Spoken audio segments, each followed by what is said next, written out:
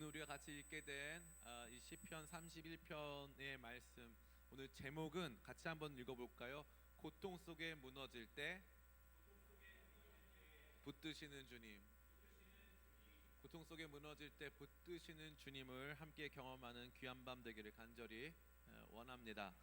오늘 이 말씀은 저와 여러분 모두에게 참 여러 가지 복잡한 감정을 줍니다. 그것은 다른 것이 아니라 이 시편 31편이 담고 있는 양극단의 모습이 매우 충격적이기 때문이에요.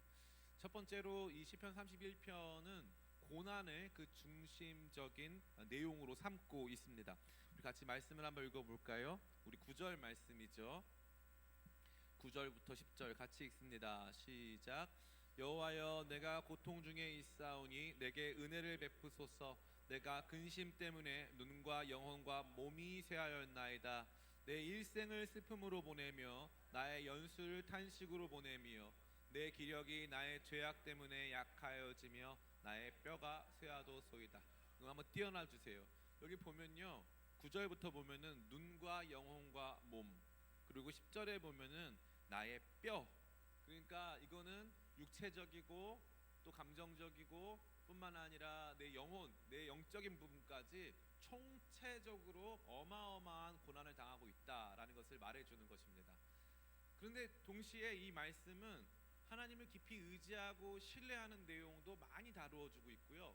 그 안에서 사랑과 관련된 내용이 어마어마하게 많이 나오고 있어요. 16절 말씀 같이 보겠습니다. 16절 시작.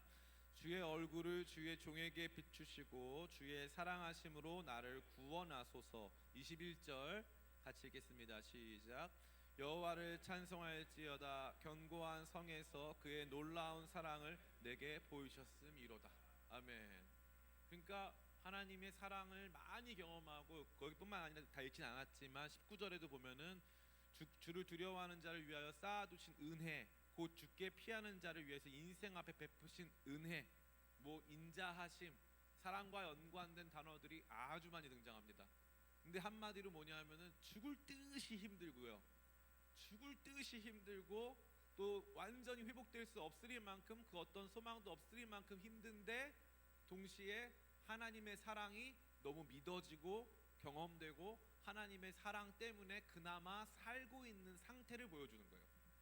이 말씀이 저와 여러분에게 기독교 신자가 살아가는 삶이 무엇인가를 말해주는 거예요. 신자들의 삶에 고통이 배제되고 고통이 없고 갈등이 없고 마음 가운데서 또 육체 가운데서 모든 것이 완벽하게 평안한 것이 주어지느냐? 주어지지 않는다는 거예요. 주어지지 않는다는 거예요. 이 시편 말씀이 정확하게 보여주는 거죠. 잘못된 기대를 다 꺾어버리는 거예요. 우리가 이 땅을 살아가면서 문제가 많을 때 하나님께만 원망합니다. 주님, 이거 뭡니까? 제 인생 이거 뭡니까? 왜 이게 안 됩니까? 그런데요, 하나님은 한 번도 내가 너와 함께하면 문제가 하나도 없을 거야, 내가 너와 함께하면 너 아픈 데도 없을 거고 너 고통도 없을 거야 라고 말씀하신 적이 없다는 거예요. 사망의 음침한 골짜기를 걸을 때라도 내가 해를 두려워하지 않으면 주께서 나와 함께 하심이라. 우리는 사망의 음침한 골짜기를 가면 안 되는 거잖아요. 예수님 믿었는데 사망의 음침한 골짜기를 왜 갑니까? 왜 나는 취업이 안 돼? 왜 나는 내 인생에 이런 어려움이 많아? 왜 우리 집에만 이런 일이 많이 생겨? 왜 나는 이 질병에 걸렸어? 왜 돈 문제가 해결이 안 돼? 하나님 나 안 사랑하시나? 이러한 실존이 시편 31편에 정말 명확하게 드러나 있다는 거예요. 저와 여러분에게 말하고 있는 거예요. 힘들지? 어렵지? 근데 원래 우리 믿음의 길이 원래 그런 거야. 원래 그런 거야. 우리가 고통당하고 있는 것을 부정하면서 신앙생활하게 되면 반쪽짜리 신앙생활이에요. 하나님과 친해질 수가 없습니다. 오늘날 우리 성도들의 영적 깊이가 낮은 이유가 뭐냐 하면요, 그 낮은 이유가 하나님과 완전히 치열하게 싸우지 않아서 그래요. 예를 들어 이런 거예요. 우리가 엄청난 고난을 당하는데 옛날에는요, 그 고난을 극복하려고 막 기도원에 올라가서 막 기도하고 몇 날 며칠 막 이 금식하는 거예요. 그럼 재밌는 게 문제 해결보다 더 중요한 게 내가 기도가 늘어 있어. 그러니까 문제는 그대로인데 기도가 늘어 있네요. 그리고 문제는 그대로인데 말씀도 많이 들어. 기도는 그대로, 그 기도 응답은 아직 안 이루어졌음에도 불구하고 하나님하고 그 이전보다 더 친밀한 관계로 들어가는 거예요. 그러니까 이제는 이 하나님께서 무슨 뜻이 있나 보다, 하나님께서 무슨 뜻이 있나 보다, 아, 이 뒤에 무슨 일이 벌어지나 보다 라고 하는 하나님께서 일하실 공간을 만드는 거예요. 근데 지금은 제가 누누이 말하지만 MBTI에서 제2의 시대예요. 그러니까 어때야 되냐면요, 하나님도 우리한테 일하실 땐 사전 공지하시고 일해야 되는 거야. 갑자기 뭐 바꾸고 이러면 안 돼. 하나님도 그러면 안 되는 거야. 그러니까 저는 이게 너무나 이상한 세계예요. 하나님이 마음대로 하셔야 되는데 하나님도 내 인생에 갑자기 큰 불의의 사고를 당하게 하시거나 내가 다 계획한 것들이 무너지면은 사람들이 하나님께 상처를 받는 거야. 그리고 나서 그 뒤에 문제가 해결돼도 내 마음이 해결이 안 되는 거예요. 왜냐? 하나님과 신자가 함께하는 삶의 역동성이 지나치게 인간적으로 편협해진 상태이기 때문에 그런 거예요. 내 생각과 내 방식대로만 믿으려고 하는 거예요. 하나님 믿었으면, 섬겼으면 이렇게 돼야 되는 거 아닙니까? 우리 집 문제 다 해결돼야 되는 거 아닙니까? 그런데 그런 게 있다 없다? 없다. 그것만 알면 되는 거예요. 원래 힘들다. 원래 힘들다 이거예요. 제가 누누이 말씀드리잖아요. 제가 군대에서 제일 하고 싶지 않았던 게 뭐냐? 화생방 훈련이에요. 화생방 훈련만큼은 주님, 제가 다른 훈련 다 참겠습니다. 제가 군대에서 저 자신에서 많이 배웠는데, 고난은 자기 자신을 많이 알게 해요. 많이 알게 해요. 많이 배웠는데 제가 잘하는 게 있어요. 걷는 거. 그래서 저는 행군이 안 힘들었어요. 40km를 걷는데 안 힘들었어요. 재밌었어요. 신났어요. 저 혼자만. 애들 다 죽으려고 하는데. 야간 행군도 너무 재밌었어. 중간에 라면 먹으면 너무 맛있어. 그렇게 세상이 예뻐 보이고 얼마나 좋은지 몰라요. 사람들은 고통스러웠다는 저 고통 하나도 안 스러웠어. 제가 못하는 건 딱 하나, 화생방 훈련은 못해요. 주님께 기도했어요. 군대 가니까 믿음이 얼마나 좋아지는지. 고난 중에 믿음이 좋아지는 거예요. 주님, 제가 정말 성실하게 군생활 잘하겠습니다. 제가 진짜 성실하게 모범적으로 훈련 잘 받겠습니다. 다만 화생방 훈련만 빼주세요. 주님, 제가 다른 것 구하는 게 아니라 딱 그거 하나만 잘 넘어가면 제가 다른 모든 거는 제가 잘하겠습니다. 제가 기도를 했죠.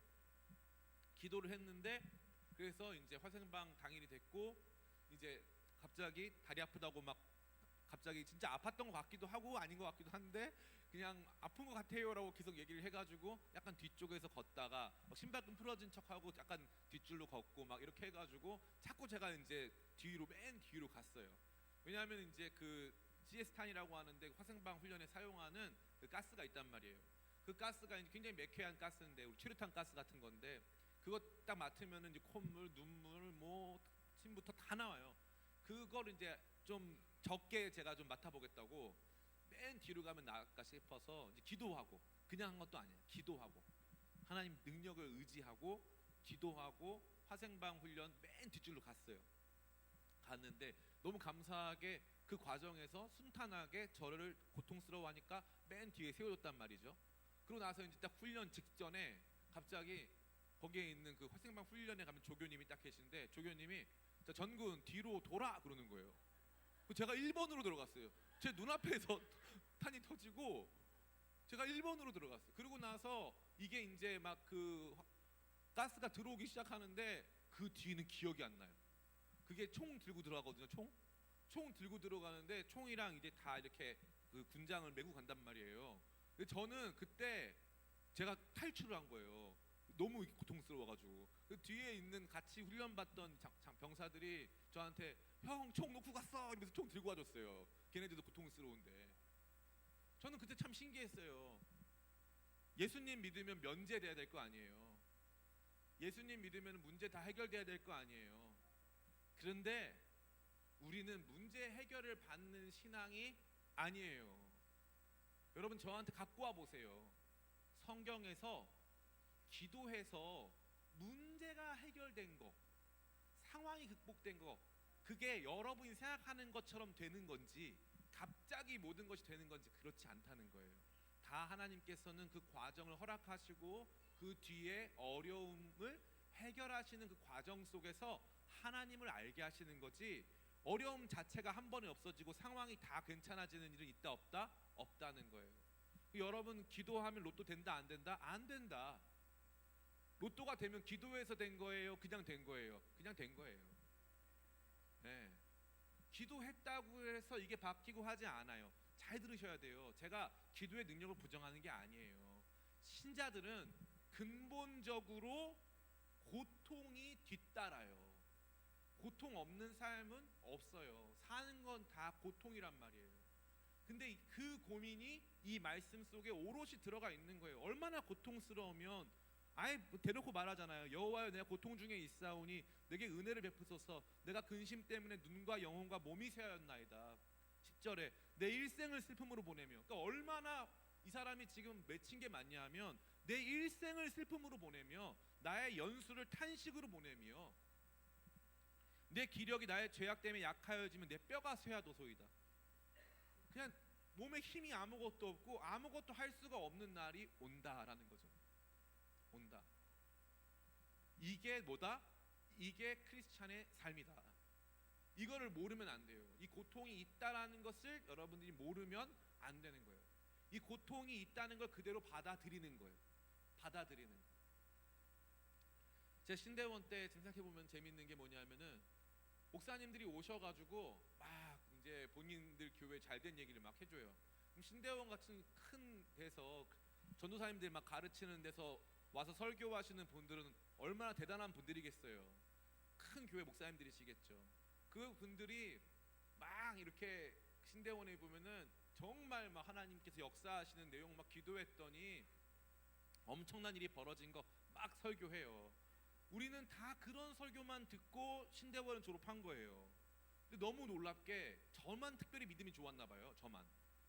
정말 그런 설교만 듣고 신대원을 졸업해 보니까 목회 현실은 그것과는 조금 다르더라 이거죠. 여러분 기억해 따라해 볼까요? 기도는 반드시 응답됩니다. 내 생각과 다르게. 이게 포인트예요. 응답이 되는데 내가 원하는 시점에 응답이 안 되고요. 내가 원하는 방법으로 응답이 안 되고요. 기도가 이게 응답된 건 인정.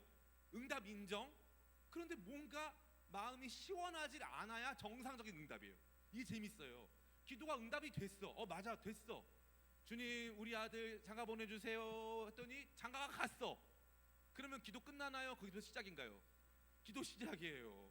이게 너무 재밌는 거예요. 고통은 안 끝난다니까. 봐봐요. 기도가 해서 응답이 됐어.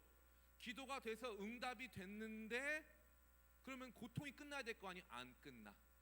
안 끝납니다. 안 끝나는 거예요. 저는 그래서 기독교 신앙이 너무 좋아요. 이렇게 정직한 저와 여러분들이 진짜 고통스러울 때 할 법한 기도 아닙니까 이거? 주님 저 이제 망했습니다. 내 평생 슬픔으로 보내고 나의 연수를 탄식으로 보냈습니다. 나 망했습니다. 이 사람이 뭐라고 하냐면 참 재밌는 말도 해요. 우리 같이 한번 읽어볼까요? 22절 같이 읽습니다. 시작. 내가 놀라서 말하기를 주의 목전에서 끊어졌다 하였사오나 내가 주께 부르짖을 때 주께서 나의 간구하는 소리를 들으셨나이다. 저는 이 말씀이 너무 재밌어요. 22절에 이 말씀 한번 띄워봐 주세요. 이 말씀이 너무 재밌는 거예요. 내가 놀라서 말하기를. 왜 놀랐겠어요? 너무 힘드니까. 너무 어려운 일이 닥쳐오니까. 별의별 일이 다 닥쳐오니까 너무나도 기가 막힌 일이 닥쳐오니까 놀란 거예요. 뭐라고 했냐? 주의 목전, 주님의 눈앞에서 나 끝났다. 하나님이 나와 함께 하지 않으신다. 내 인생 끝났다고 자기가 했다는 거예요. 그러니까 우리가 이 정도로 다급하고 어려운 상황을 만난다 안 만난다? 만난다. 만난다. 그러니까 너무 죄송합니다. 좀 격한 표현을 쓸게요. 거짓 선지자들이 신자들의 삶을 자꾸 이렇게 말하는 거예요. 너 기도 많이 안 해서 고통당하는 거야.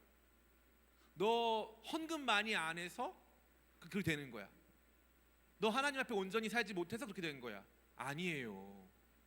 따라해 볼까요? 고통은 기본값. 그건 기본값이에요. 내 배우자가 나한테 잘 못해. 근데 그건 처음에는 내가 그 기도가 잘 안 돼서 그런 아니에요. 그건 기도 문제가 아니라 인격 서로 간의 인격 문제인 거예요. 그런 건 기도 문제가 아니야. 직장에서 이런 문제가 발생해. 근데 거기에서는 그 기도 문제가 아니라니까요. 그냥 그 기본값이라고. 삶은 원래 터프하고요. 원래 호락호락하지가 않은 거예요. 원래 호락호락하지가 않은 거예요. 남자 연예인들이 이제 40대 중반이 넘은 사람들 다 와서 왜 결혼 안 하냐 물어보면은 막 공유, 뭐 이동욱 이런 사람들, 그 사람들이 뭐 인기가 없겠어요? 뭐가 없겠어요? 돈이 없겠어요? 왜 결혼 안 하냐? 자기가 이제는 누구를 만나는 게 무섭다는 거예요. 그런 사람들도 관계적인 어려움을 많이 겪는 거예요. 사람 사는 거 다 똑같습니다. 나보다 특별히 더 행복한 사람 없어요. 내가 남보다 더 특별히 못 행복할 이유도 없습니다. 뭘 받아들이면? 고통을 받아들이면. 고통을 받아들이면. 하나님께서 함께 하실 때 고통을 받아들이면. 근데 이 사람이 이 고통이 너무 힘든데요. 몸, 영혼, 몸, 영, 혼, 이 모든 것 총체적으로 고통이 다가오는데 이 사람을 더 힘든 게 알겠어요. 뭔 줄 알아요? 따라해 볼까요? 수치심. 더 힘들게 한 것은 바로 수치심입니다. 우리 같이 한번 읽어보겠습니다. 우리 1절 말씀 같이 읽습니다. 시작. 여호와여, 내가 주께 피하오니 나를 영원히 부끄럽게 하지 마시고 주의 공의로 나를 건지소서. 아멘. 영원히 나를 부끄럽게 하지 마시라고 말씀드렸어요. 우리 11절 12절 같이 한번 읽겠습니다. 11절 12절 같이 읽습니다. 시작. 내가 모든 대적들 때문에 욕을 당하고 내 이웃에게서는 심히 당하니 내 친구가 놀라고 길에서 보는 자가 나를 피하였나이다. 내가 잊어버린 바 됨이 죽은 자를 마음에 두지 아니함 같고 깨진 그릇과 같으니. 사회적으로 매장당하고 사람들에게 손가락질 당하고 야 제가 저렇대라고 하면서 많은 사람들의 평판 앞에서 자기 자신이 초라해지는 것을 경험하는 거예요. 그러니까 나 힘든 거, 내 영혼 육이 힘든 거 플러스로 사회적 존재로서의 나의 위상이 땅바닥을 치는 거야. 제가 저거밖에 안 돼가지고, 제가 공부를 잘 못해가지고, 제가 평상시에 애가 잘난 게 없어가지고 못 나가지고 저런 일까지 당한다 이거죠. 우리 이 명절 잔소리 상품권에 대한 이야기가 있어요. 그래서 너 왜 결혼 안 하냐는 10만 원, 그리고 너 왜 취업 안 하냐는 50만 원 정도 금액이 책정되어 있더라고요. 그 잔소리를 하려면은 10만 원을 내고 해라. 잔소리를 하려면. 명절에 그래서 이제 취업이 안 된 지체들이라던가 이제 뭐 결혼이 안 된 지체들 뭐 이런 지체들이 가기에는 너무 이게 힘든 거예요. 그 왜 그럴까요? 그 말이 나한테 고통을 주기 때문이에요. 고통은 뭐예요? 수치심이에요. 수치심. 내가 아무것도 아닌 것 같은 느낌, 내 인생이 초라하다라고 하는 생각을 줄 수밖에 없는 이 총체적 고통이 찾아온다. 이게 신자들이 경험하는 삶이다. 저는 여러분들이 이 말씀으로 지혜 얻으시기를 축복합니다. 이 말씀으로 지혜를 얻어야 돼요. 여기서부터가 출발이에요. 이것으로 지혜를 얻지 못하고 고통 때문에 삶을 부정하기 시작하면 해결이 안 돼. 고통이 있는 거 인정을 해야 나는 안 되고 망하는 사람이구나, 나한테는 이런 어려움이 있구나, 하나님 앞에 주님 저 죽게 생겼습니다. 여기 보니까 뭐라고 되어 있어요? 23절에 22절에 내가 놀라서 말하기를 주의 목전에서 끊어졌습니다. 저 죽었습니다. 주님 저 큰일 났습니다. 이런 말을 하잖아요. 그러니까 이렇게 좀 믿음이 찐해야 되거든요. 믿음이 찐해야 돼요. 주님 이게 뭡니까? 막 이렇게 소리를 질러야 된다고요. 소리를 질러야 된다고. 그런데 이 소리가 안 나오는 거예요. 제가 예전에 피아노 레슨할 때 보면은 리듬 같은 거 연습을 시키잖아요. 그러면 일부러 더 세게 치라 그래요. 더 세게 쳐. 더 세게, 시끄럽게 세게 치라고 해요. 왜냐하면 벨로서티라고 하는데 소리 음을 세게 때리는 강도가 있단 말이에요. 세게 치던 사람은 작게 칠 수 있어요. 작게 치는 사람은 절대 세게 못 쳐요. 그래서 힘있게 세게 쳐야 이걸 전체 벨로서티를 확 키울 수가 있단 말이에요. 그러니까 세게 치는 사람이 작게도 칠 수 있어요. 그러니까 어려운 말로 다이나믹을 조정할 수 있다면 다이나믹을. 근데 기도하고 믿음 생활하는 사람들도 좀 징그럽게 하는 사람들이 나중에 조절이 돼요. 소리 지르면서 기도도 좀 하고 주님께 좀 화도 한번 내고 막 근데 그게 안 되는 사람들은 화를 누구한테 내는지 알아요? 자기한테 내고 있어요. 자기를 증오하고 혐오하고 막 자기 안에서 자기를 괴롭히면서 화를 내다가 자기가 괴롭잖아요. 그럼 무슨 일이 발생할까요? 제가 누누이 말씀드리잖아요. 상처는요, 상처 주는 사람의 잘못이 거의 없어요. 거의 없다고요. 장항준 감독이라는 사람이 있어요. 그 사람이 어느 모임에 갔는데 윤종신이랑 친구예요. 장항준 감독이라는 사람이 이렇게 있다가 거기 같이 있는 사람들이 장항준 감독이 무슨 말을 하면 말을 자꾸 끊고 윤종신한테 말을 시키더래요. 그러니까 윤종신 씨가 계속 같이 있다가 갑자기 그 모임의 밥값을 다 계산하고 먼저 자기 막 화나서 가더래요. 그러니까 장항준 감독이 따라가가지고 너 왜 갑자기 나가? 이랬다는 거예요. 그러니까 야, 너 저 사람들이 너 무시하는 거 안 보여? 이랬다는 거예요. 윤종신 씨가 장항준 감독한테 너 저 사람들이 너 무시하는 거 안 보여? 이랬다는 거예요. 그래서 장항준 감독이 나는 괜찮아 이랬다는 거예요. 나는 괜찮아. 아무렇지 않았던 자기는 그냥 그런가 보다 했다는 거예요. 이 재밌죠? 그러면 이 고통이 어디서 온 거예요? 제가 말씀드리잖아요. 샤워할 때 샤워 물이 여러분을 아프게 합니까? 아니죠. 내가 여기 상처가 하나 있어요. 여기 상처 까진 게 있단 말이에요. 까진 게 발에 물집이 잡혀가지고 발에 까졌어. 그러면 거기에 물이 닿으면 아파요. 그럼 물이 아프게 한 거예요? 내 상처 때문에 내가 아픈 거예요? 내 상처 때문에 내가 아픈 거예요. 그럼 보세요. 내 상처 때문에 내가 아팠죠. 그럼 어떻게 하죠? 사람들한테 아프면 아프다고 그 사람한테 소리를 지르는 거예요. 그 사람은 잘못한 게 뭐예요? 없어요. 없어요. 똑같은 말 한 거예요. 똑같은 말 한 거예요. 평상시에 제 얼굴을 보고 오늘 제가 이제 어느 교회 그 우리 옆에 있는 후암교회 담임 목사님을 만나고 온 자리예요. 근데 거기에 제가 아는 전도사님이 있어요. 전도사님이 저한테 선배님, 제 후배거든요. 카톡이 왔어요. 선배님 오랜만에 멀리서 뵈니까 이젠 정말 담임 목사님 같으세요라고 보냈어요. 제가 불러가지고 야 그건 아닌 것 같다. 내가 요즘 젊어지려고 엄청 애를 쓰고 있는데 그건 아닌 것 같다 그랬어요. 그러면 그 자매가 저한테 말했을 때는 좋은 마음으로 한 거예요? 아니면 나쁜 마음으로 한 거예요? 좋은 마음으로 한 거예요. 상처는 누가 받은 거? 내가 받은 거예요. 아무런 만약에 역으로 요즘에 얼굴이 좋아 보여요. 제가 요즘에 좀 살쪘다 생각했는데 얼굴이 좋아 보여요. 그러면은 너 나 살쪘다고 그러는 거야? 이렇게 마음이 된다는 거예요. 누구 때문이에요? 내가 나를 고통스럽게 하고 있다는 거예요. 내가 행복하면 웬만하면 괜찮다니까요. 웬만하면 괜찮다니까요. 아까 그 전도사님하고 대화 나누는데 전도사님이 사역을 쉬고 있었대요. 사역을 쉬고 있었는데 암 진단을 받은 거예요. 89년생 자매가 암 진단을 받아가지고 그 검사를 했다는 거예요. 검사하고 이제 수술 준비를 하고 있다가 마지막 검사를 했는데 다시 이제 조직 검사 다 해보니까 암이 없어진 거야. 그냥 없어졌대요. 그래서 그 의사랑 이거 도저히 이해가 안 된다. 그래서 제가 야 네가 기도 많이 했나 보다 그랬더니 그 뭐라고 하냐면 선배님 저 기도 안 했어요. 그랬더니 기도 안 했다는 거예요. 기도 응답으로 없어진 것도 아니야. 가만히 의사랑 무슨 얘기를 했냐니까 오랜만에 사역도 쉬고 암 수술 받는다고 사역도 쉬고 가만히 있다 보니까 자가 면역적 치유가 일어난 것 같다는 거예요. 재밌죠? 암세포는 안에 있어요. 여러분도 암세포, 발암물질 이런 거 엄청 많아요.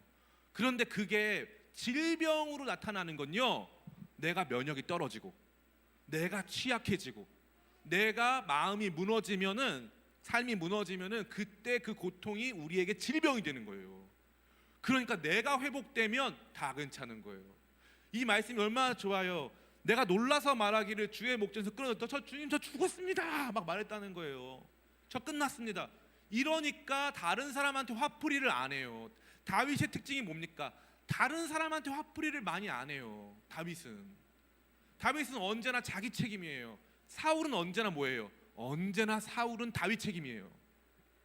너 때문에 사울의 어록을 따져보면 다 이래요.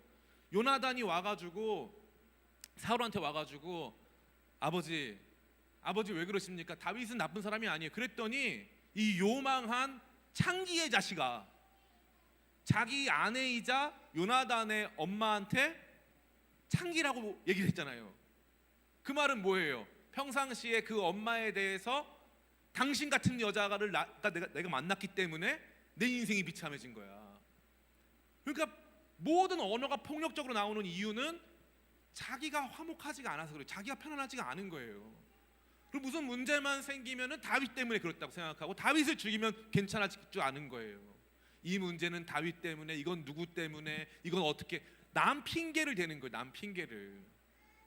그러면은 그때부터 우리 안에 문제가 많이 생깁니다. 제가 강원도 화천으로 사역을 갔는데요. 화천으로 사역 가가지고 6주 만에 잘렸어요. 6주 만에.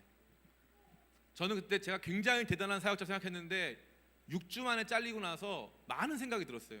근데 그때 그 담임 목사님이 조금 비인격적이셨어요. 근데 그 담임 목사님이 저한테 가르쳐 주신 게 있는데 첫날 오자마자 하시는 말씀이 절대 핑계 대지 마라고 하시는 거예요. 절대 핑계 대지 마. 그래서 제가 같이 식사를 같이 하는 자리에서 당근이랑 감자랑 이렇게 볶아서 주는 반찬이 있었어요. 그래서 저는 그냥 맛있게 먹었죠. 맛있게 먹는데 당근이 좀 많이 남고 감자를 제가 많이 먹었었나 봐요. 저는 지금 양심 고백합니다. 저 당근 좋아해요. 당근 안 싫어합니다. 당근 좋아해. 근데 옆에 있는 담임 목사님이 저한테 이전도사는 왜 당근을 안 먹나 이러시는 거예요. 그 제가 저도 모르게 감자를 많이 먹었나 봅니다. 당근 제가 지금 막 먹으려고 했습니다 그랬더니 왜 자꾸 말대꾸를 하냐는 거예요. 왜 말대꾸를 하냐고. 내가 처음에 뭐라 그랬냐고. 핑계대지 말라고 하지 않았냐고. 왜 말대꾸를 하냐고. 근데 그게 제 마음 안에 너무 큰 상처가 되는 거예요. 저는 끊임없이 제가 옳았다는 것을 증명하고, 저는 나쁜 의도가 저는 평상시, 여러분 정말 이거는 주님이 아세요. 저처럼 착한 사람은 많이 없어요. 진짜예요. 정말로 악의 없이 한 행동인데 그거를 저는 착한 사람들이 다 좋다는 뜻은 아니에요. 착한 사람들은 자기가 악의 없이 했기 때문에 굉장히 억울해해요. 이게 문제예요. 굉장히 억울해합니다. 그래서 저는 악의 없이 한 행동인데 목사님이 저한테 이렇게 말씀하시니까 제가 마음 안에 이렇게 쌓인 거예요. 그러다가 이제 어느 토요일이 됐는데 교사 세미나 시간이었어요. 근데 이제 제가 직접 교사들 다 이렇게 가르치죠. 그러면서 이제 고린도전서 13장을 통해서 성도의 성장, 자녀 교육, 혹시 그 다음 세대 교육에 있어서 핵심이 뭐냐? 결국은 사랑이다. 그러니까 우리가 언어적으로나 가시적으로 줄 수 있는 교육적 효과보다 아이들 맛있는 거 먹여주고 안아주고 이름 불러주고 하는 인격적 요소가 아이들을 성장시킨다. 우리 어머니는 저보다 공부를 많이 못하셨지만, 그러니까 못했다는 게 성적이 나쁘다는 뜻이 아니라 공부할 기회가 많이 없었지만 사랑으로 키우니까 자녀들은 공부도 더 많이 하고 키도 더 많이 크지 않냐. 어머니의 학업적 성취가 자녀들의 학업적 성취로 나타나는 것이 아니다라고 제가 얘기를 했어요. 근데 그 교회는 꼭 모든 식사를 담임 목사님 가정과 같이 해야 돼요. 그래서 거기 갔어요. 갔더니 거기에 그 당시 이제 나름 그 강원도에서 공부 제일 잘하는 그 목사님 따님들이 있어요. 그 따님들이 저한테 밥 먹는데 이러는 거예요. 전도사님은 전도사님 어머니가 무식하다고 생각하세요? 이러는 거예요. 아니 나 그렇게 말씀드린 적 없어요. 저 그렇게 말씀드린 적 없어요. 그러다가 제가 언성이 올라가는 거예요. 제가 언제 그렇게 말했습니까? 막 화를 내고 있는 거예요. 제가. 그러니까 그 목사님도 계시고 사모님도 다 있었는데 전 눈에 보이는 게 없는 거예요. 왜냐? 나는 정말 착하고 좋은 사람인데 이 사람들이 나를 나쁜 사람을 만들고 있잖아요. 못 견디겠더라고요. 그리고 나서 제가 알았어요. 제 안에 착함도 상처였다는 거. 야, 이거를 깨닫고 나니까, 왜냐하면 착해야만 인정받는다고 하는 강박이 제 안에 있었던 거예요. 근데 나는 그렇게 했는데 당신들이 인정 안 한 거잖아요. 당신들이 내 말 일부러 오해한 거잖아. 분노가 막 올라오기 시작하는데 제가 그때서야 저 자신을 발견한 거예요. 사랑하는 성도 여러분, 기독교 신앙은요 생각보다 굉장히 진해요. 피 같아요. 피같이 진하단 말이에요. 그래서 진짜 우리 내면은 짜요. 막 짭니다. 그래가지고 마음 가운데 주님 저 죽겠어요. 너무 힘들어요. 이게 뭡니까? 막 이런 거 터져 나오게 하는 거예요. 고상한 신앙 없어요. 없습니다. 내 인생 이게 뭐야? 막 소리 지르게 만든다니까요. 기도할 때 막 이렇게 소리 지르게 만드는 게 진짜 신앙이에요. 꼭 가짜들이 고상한 채예요. 고상하지 않다니까. 고상하지가 않아. 내면 안에 있는 모든 게 다 터져 나오는 거예요. 터져 나오는 거예요. 이 말씀은 저와 여러분이 그걸 다 보여주는 거예요. 막 마음 가운데 있었던 고통과 신음하고 무너지고 새하여지고 억울하고 수치심 경험하게 하는 사회적 존재로서 자기를 완전히 짓밟는 것 같은 그러한 상황을 막 맞닥뜨렸다고 주님께 다 토로하는 거죠. 다윗은 하나님과 이런 싸움을 하니까, 이런 씨름을 하니까, 하나님 앞에서 다 쏟아내니까 누구 탓하질 않아요. 굉장히 중요해요. 누구 탓을 안 해요. 누구 탓을 안 합니다. 자기를 증명하려고 막 할 필요가 없어요. 왜냐면 하나님 앞에서 이걸 하고 있거든.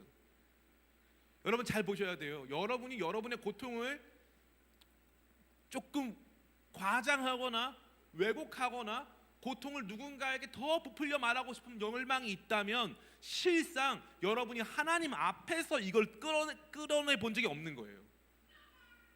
정말 하나님 앞에서 이것을 끌어내 보기 시작하면 그 다음부터는 사람들하고는 말을 잘 안 하게 돼요. 말해도 이해를 합니까? 못합니까? 못해요. 내 고통을 타인은 이해 못합니다. 타인은 이해 못해. 하나님 앞에서 나와서 주님 너무 힘들고 너무 괴롭고 이게 제 인생 이게 뭔지 모르겠고 다 잘못된 것 같다고 외치게 되어 있는 거죠.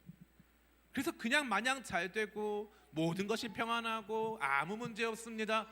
저는요 지금도 그 상처가 있나 봐요. 모든 것이 평안하고 아무 문제 없고 다 괜찮을 겁니다. 그러면 속으로 욕이 나와요. 누가 나와서 그런 말 하면 욕이 나와요. 욕이. 저거는 신자도 아니다. 왜냐하면 신자 안에 있는 죄성, 이 사람이 지금 왜 이 고통을 당하고 있다 그랬어요? 여기 보면요 10절 말씀 같이 한번 읽어볼까요? 10절 말씀 시작. 내 일생을 슬픔으로 보내며 나의 연수를 탄식으로 보내며 내 기력이 나의 죄악 때문에 약하여지며 나의 뼈가 쇠하도다. 그러니까 이 고통이 없다면은 뭐가 없는 거야? 내가 죄가 없다는 거거든. 죄는 있어요 없어요? 있어요.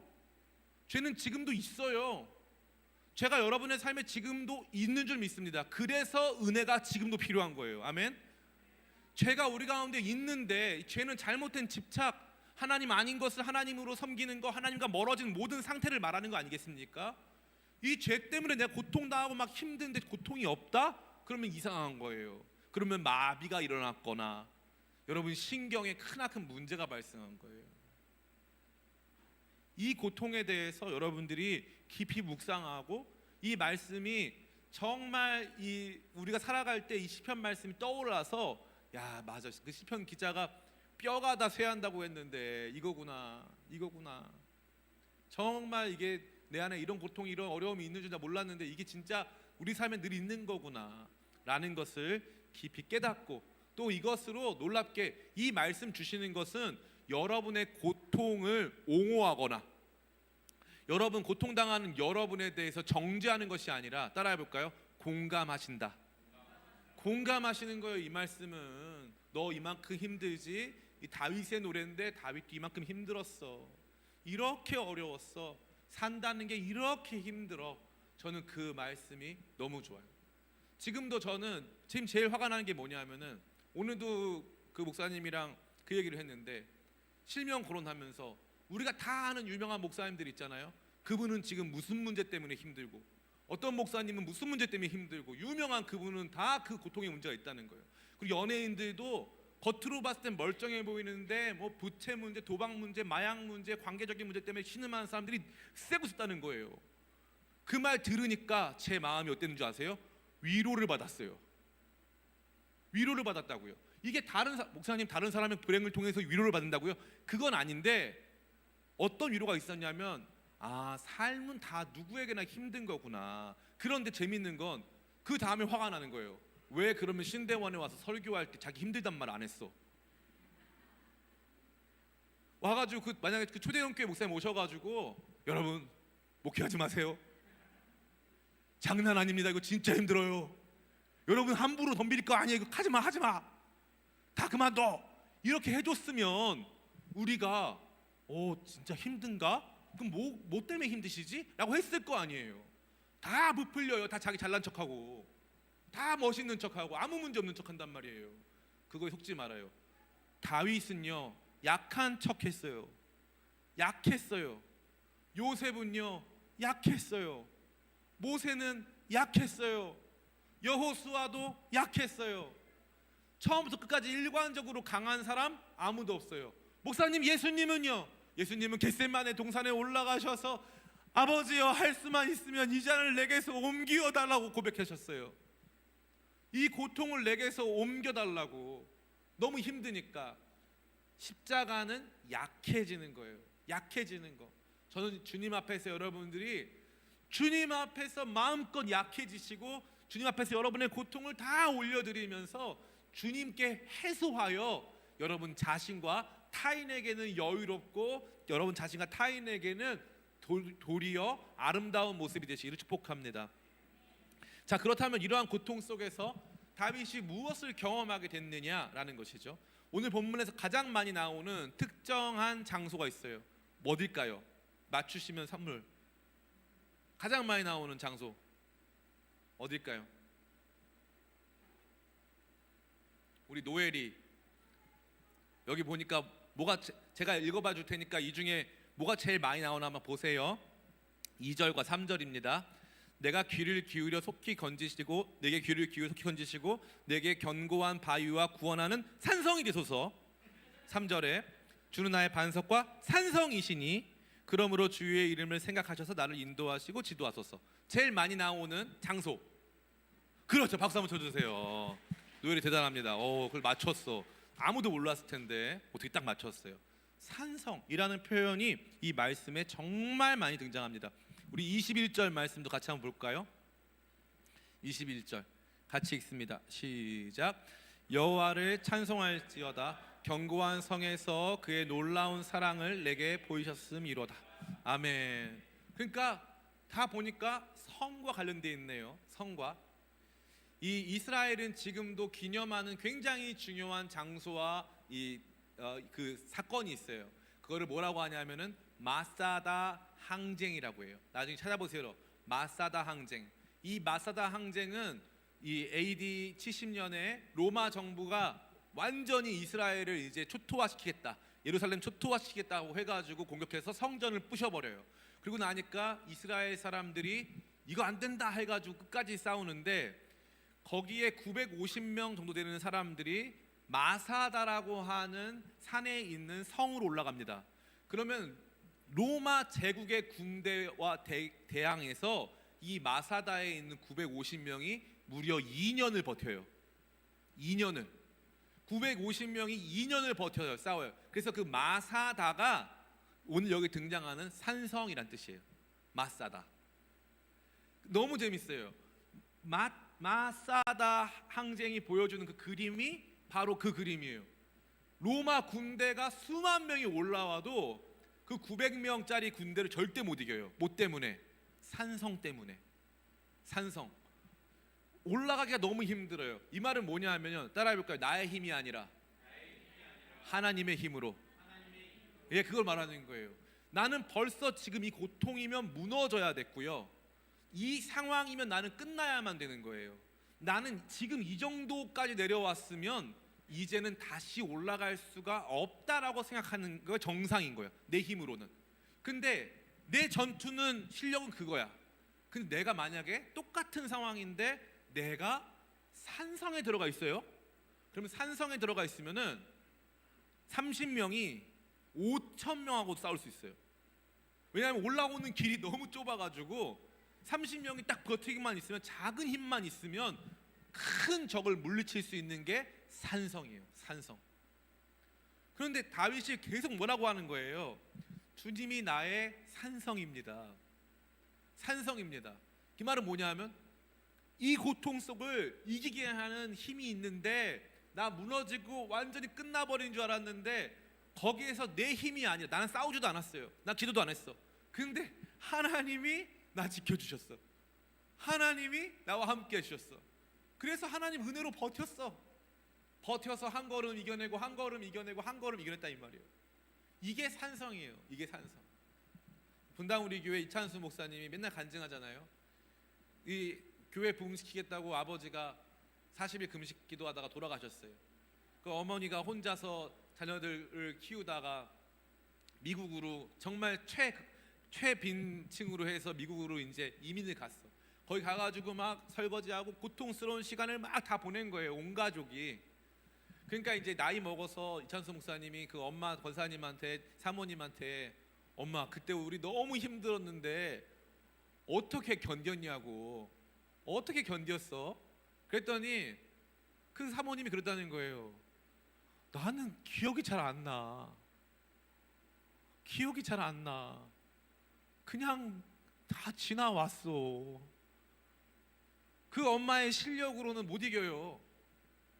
그냥 지나온 거예요.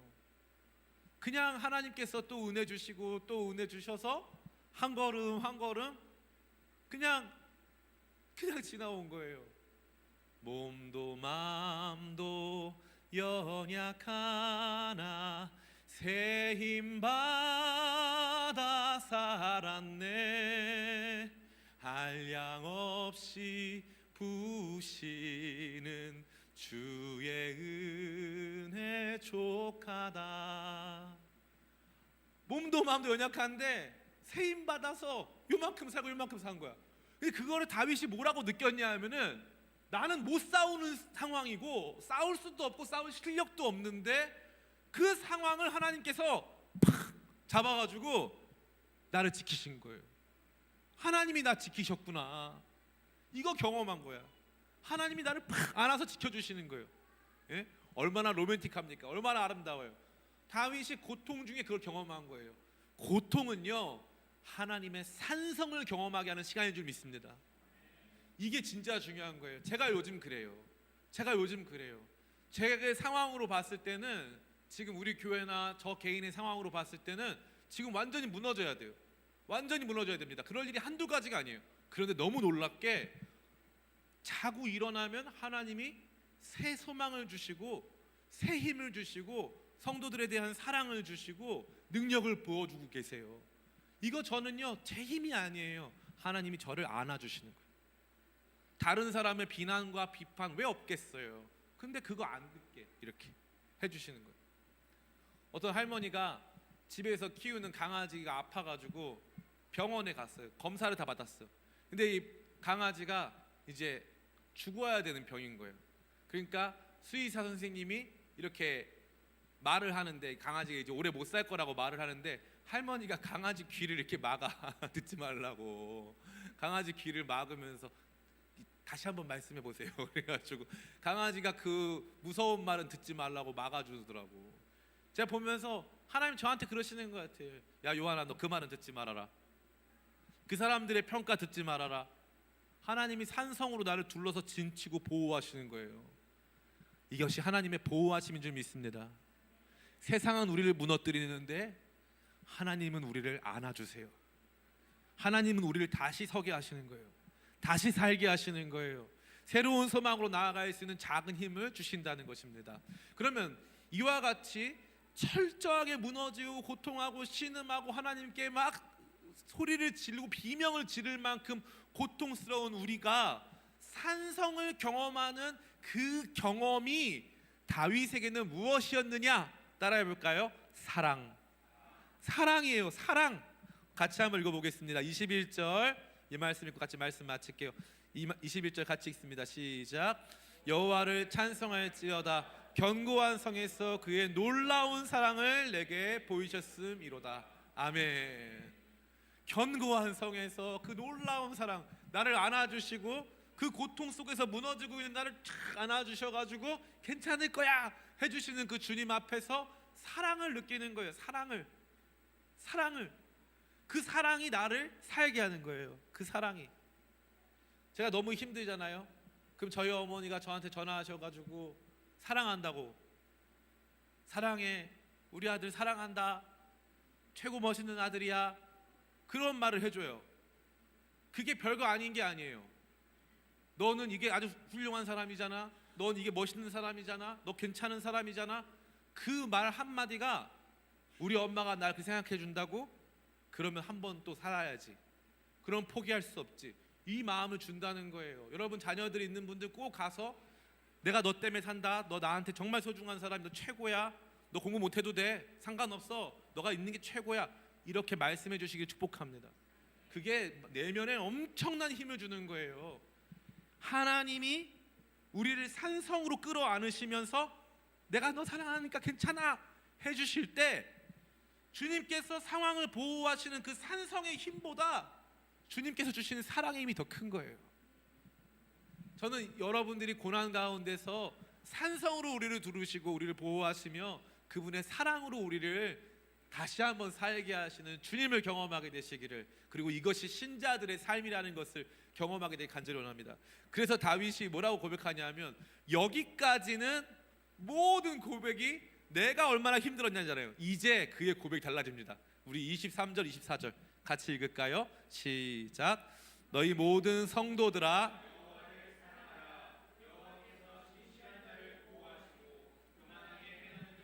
엄중히 갚으시니라. 여호와를 바라는 너희들아 강하고 담대하. 아멘. 이 노래가 이제 내가 어땠느냐 나의 노래로 들려지다가 이제 성도들에게 여러분 강하고 담대하십시오. 하나님이 고통 가운데 있는 우리를 산성으로 두르시고 그분의 영원하시고 놀라우신 사랑을 우리 가운데 보이시며 우리를 다시 살게 하실 것입니다. 찬송하게 하는 줄을 믿습니다. 이것이 저와 여러분들이 살아가는 우리 신자들의 삶이에요. 우리의 삶을 다하여서 고통과 어려움이 있을 때 하나님께 토로하고, 하나님께서 그러한 우리 무너지는 우리를 산성으로 붙잡아 주시는 것을 경험하면서 하나님께 영원한 감사의 찬양 올려드리고 그분의 사랑 가운데 거하시는 저와 여러분 다 되시기를 예수님의 이름으로 축원합니다.